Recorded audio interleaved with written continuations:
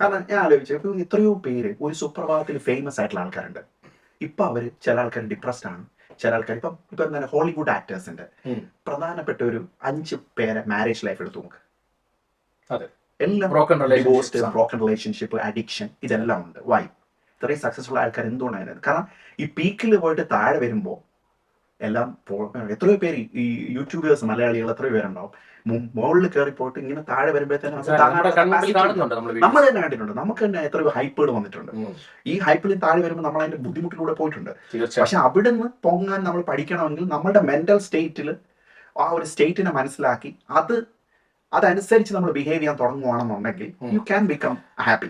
അതാണ് ഞാൻ ഉദ്ദേശിക്കുന്നത്. എന്റെ അൾട്ടിമേറ്റ് ഹാപ്പിനെസ് എന്ന് പറഞ്ഞാൽ എല്ലാ ദിവസവും എല്ലാ മൊമെന്റ്സിലും കൂടുതൽ സമയങ്ങൾ ഹാപ്പി ആയിട്ട് എങ്ങനെ പോകാൻ പറ്റും എന്നുള്ളൊരു സ്റ്റേറ്റ് ഓഫ് മൈൻഡാണ് ഞാൻ കാണുന്ന ഹാപ്പിനെസ്. പക്ഷെ അതിൽ ഒരു 20% ചിലപ്പോൾ നമുക്ക് ഭയങ്കര ബുദ്ധിമുട്ടുള്ള സമയം ഉണ്ടാവും.